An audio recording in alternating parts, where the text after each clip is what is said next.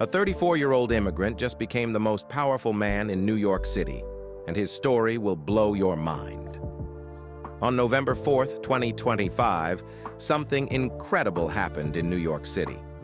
A young man named Zohran Mamdani won the race to become mayor, and when he didn't just win an election.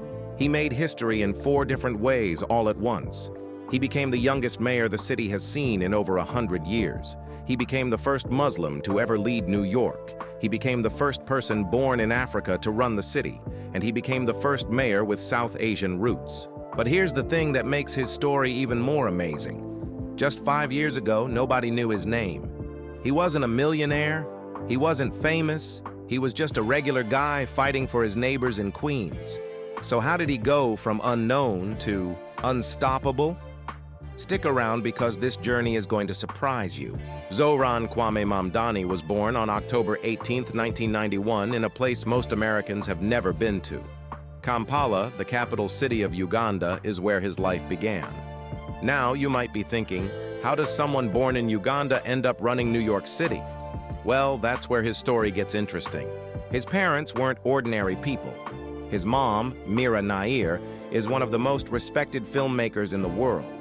She made movies like Monsoon Wedding and The Namesake, films that told stories about immigrants, families, and the struggle to belong. His dad, Mahmoud Mamdani, is a brilliant professor at Columbia University who studies African politics and history. Both of his parents came from Indian families, so Zohran grew up understanding multiple cultures at once. He saw the world through Ugandan eyes, Indian traditions, and eventually American dreams. Growing up in a family like this meant Zohran was surrounded by big ideas. His mom taught him about storytelling and how films can change the way people see the world. His dad taught him about justice, history, and why some people have power while others don't. These lessons stuck with him. But life wasn't easy just because his parents were successful. When Zohran moved to America, he faced something millions of immigrants know too well. He was different. He looked different. His name sounded different. And after September 11, 2001, being a Muslim in America became even harder. People looked at him with suspicion. They questioned whether he really belonged. But instead of letting that break him, it made him stronger. It made him want to fight for people who felt the same way. Zohran went to one of the toughest high schools in New York, the Bronx High School of Science. This wasn't just any school. It was a place where the smartest kids in the city competed to get in. He worked hard, studied hard, and proved he could handle anything. After high school, he went to Bowdoin College in Maine, where he studied Africana studies. This wasn't a random choice. He wanted to understand the history of his father's work, the struggles of African and Black communities, and how colonialism and racism shaped the world. College opened his eyes even more. He started asking bigger questions. Why do some people have so much while others have nothing? Why do hard-working families struggle to pay rent? Why does getting sick in America mean going broke? These questions wouldn't leave his mind. After college, Zohran had a choice. He could have taken a corporate job, made a lot of money, and lived comfortably. But that's not what he did. Instead, he jumped into activism. He joined the Democratic Socialists of America, a group fighting for things like free healthcare, affordable housing, and fair wages. He wasn't just attending meetings. He was out on the streets, organizing protests, knocking on doors, and talking to everyday people about their problems. He believed that housing should be a human right, not a luxury. He believed that nobody should die because they can't afford medicine. And he believed that working people deserve respect and a living wage. These weren't just slogans to him, they were personal. In 2020, Zohran did something bold. He decided to run for office, not for some small local position, but for the New York State Assembly. The problem? The person holding that seat had been there for 14 years. She had money, she had connections, she had the support of powerful people. Zohran had none of that. He had volunteers, small donations, and a message that connected with regular people. His campaign focused on Astoria, a neighborhood in Queens filled with immigrants, working families, and renters struggling to survive. He talked to them about real issues, not empty promises. He told them he would fight to protect tenants from greedy landlords. He promised to stand up against corporations that treat workers like machines, and the people believed him. When election day came, Zohran won. It wasn't close. He crushed the incumbent and proved that grassroots campaigns can beat big money. From 2021 to 2025, Zohran served in the state assembly, and he didn't waste a single day. He fought for tenant rights because he saw families being kicked out of their homes just so landlords could charge more rent. He pushed for criminal justice. Reform because he knew that locking people up for small crimes ruins lives and destroys communities. He demanded climate action because he understood that rising temperatures and extreme weather hurt poor neighborhoods the most. He stood with workers who were striking for better pay and safer conditions. Every vote he cast, every speech he gave, and every bill he supported was about one thing: making life better for people who don't have power. And the people in Queens noticed. They saw a politician who actually kept his promises. They saw someone who didn't forget where he came from. But Zohran had bigger plans. In 2025, he decided to run for mayor of New York City.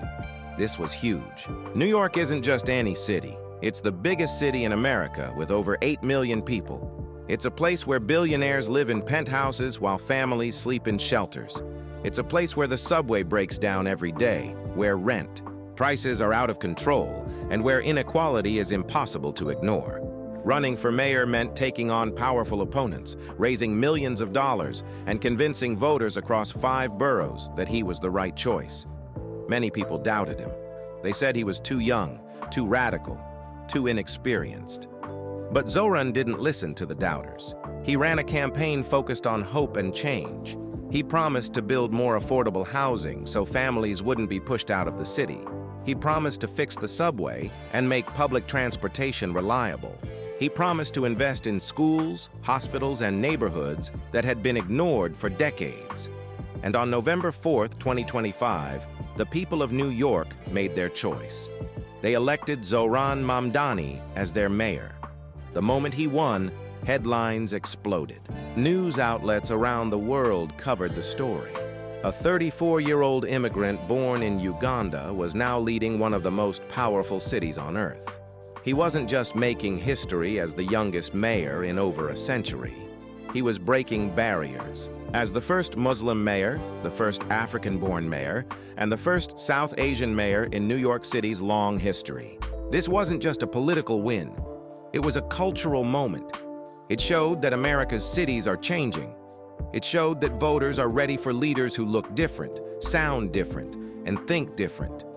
And it showed that young people, immigrants, and working-class communities have power when they organize. But let's talk about something people don't always mention. Behind every strong leader is a strong partner. In 2021, while Zohran was busy serving in the state assembly, he met someone special. Her name is Rama Duwaji, and she's a 28-year-old artist from a Syrian-American family. Rama is talented in many ways. She's an animator, an illustrator, and a ceramist, which means she creates beautiful art with clay. She and Zohran met on a dating app called Hinge. Yes, even politicians find love online. They connected instantly. They both cared about justice, creativity, and making the world better. They both understood what it meant to come from immigrant families and to fight for a place in a country that doesn't always welcome outsiders. Their relationship moved quickly but beautifully. In October 2024, Zohran proposed, and Rama said yes. 2 months later, they had a private nikah ceremony, which is a traditional Muslim marriage contract. Then in February 2025, they went to New York City Hall and had a civil marriage ceremony. But they didn't stop there. In July 2025, they traveled to Uganda, where Zohran was born, and celebrated with family and friends. It was a way to honor his roots and share his joy with the people who raised him. Today, Zohran and Rama live together in Astoria, Queens, right in the neighborhood he represents. They don't live in a mansion. They live near Steinway Street, surrounded by the same people who voted for him. And they don't have children yet, but they're building. As Zohran prepares to take office as mayor, he faces massive challenges. New York City has a housing crisis. Rents are so high that teachers, nurses, and firefighters can't afford to live in the city they serve. Homelessness is visible on every corner. The subway system is old and breaks down constantly. Schools in poor neighborhoods don't have the resources they need. Hospitals are overwhelmed. And the gap between the rich and everyone else keeps growing. These aren't easy problems to solve. They require tough decisions, smart policies, and a willingness to stand up to powerful interests. But if anyone can do it, Zohran can. He's already proven that he's not afraid of a fight. One of his biggest priorities is affordable housing. He wants to build thousands of new apartments that working families can actually afford. He wants to protect tenants from landlords who raise rent just because they can. He wants to make sure that nobody has to choose between paying rent and buying food. Another priority is transportation. He wants to fix the subway, add more bus routes, and make it easier for people to get around the city without needing a car. He also cares deeply about climate change. New York is a coastal city, which means rising sea levels and stronger storms are real threats.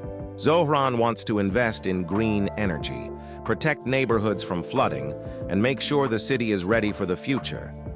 But beyond policy, Zohran represents something even more important. He represents hope. He represents the idea that America is still a place where dreams can come true, no matter where you're from. He represents the belief that young people can lead, that immigrants can succeed, and that working-class communities deserve a voice. His story is a reminder that change doesn't come from the top down. It comes from the bottom up. It comes from people organizing, voting, and demanding better. And it comes from leaders who remember where they came from and who they're fighting for. Zohran Mamdani's journey from Kampala to City Hall is one of the most inspiring political stories of our time. He didn't follow the traditional path. He didn't wait his turn. He didn't play it safe.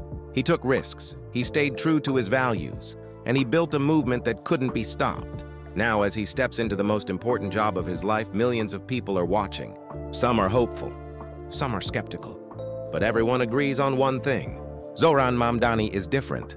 He's a new kind of leader for a new generation. And whether you agree with his politics or not, you can't deny that his story is remarkable.